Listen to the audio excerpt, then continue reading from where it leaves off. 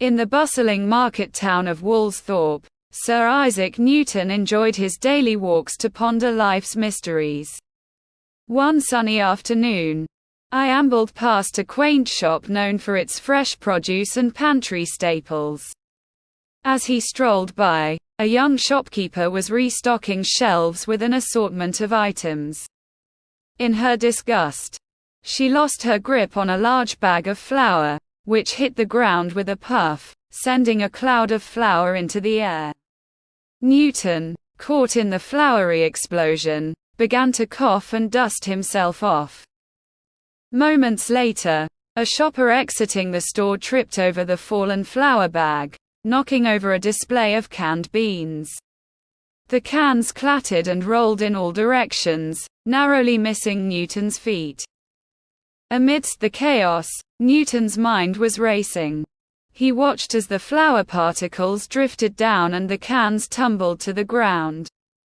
He couldn't help but laugh at the absurdity of it all.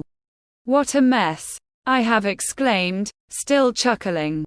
"Why do the flour and beans both fall down, and not float away?" In his flurry of thoughts, Newton realized he was witnessing a force at work.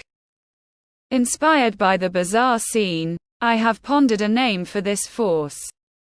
If an apple can lead to gravity, why not flour and beans? I have mused. I have decided to call it flourbeanism. A grin spread across his face. Yes, flourbeanism, the force that pulls everything to the ground. Just like flour and beans.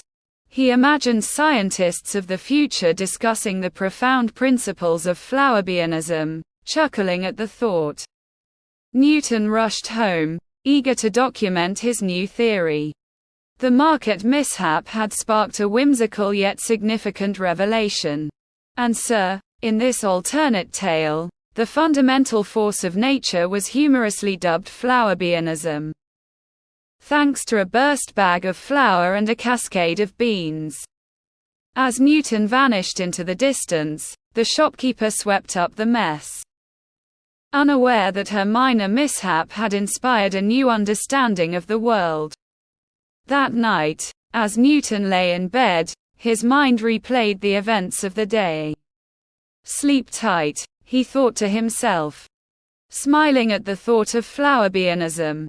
Must be the night more discoveries are yet to come. Meanwhile, Thomas, a man with a mind that worked at 1,000 miles an hour, found solace in Newton's story of him. "Have you got to be sugaring me?" he often thought, for he never swore. "My name is Thomas, which means twin. And we are all the same."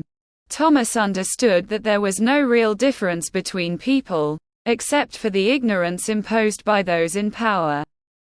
The government often manipulated the truth, leaving people confused and disillusioned.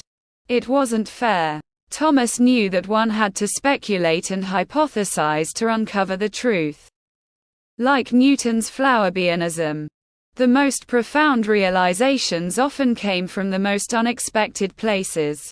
I have believed that understanding came from discernment and thought, not from blindly following what was told.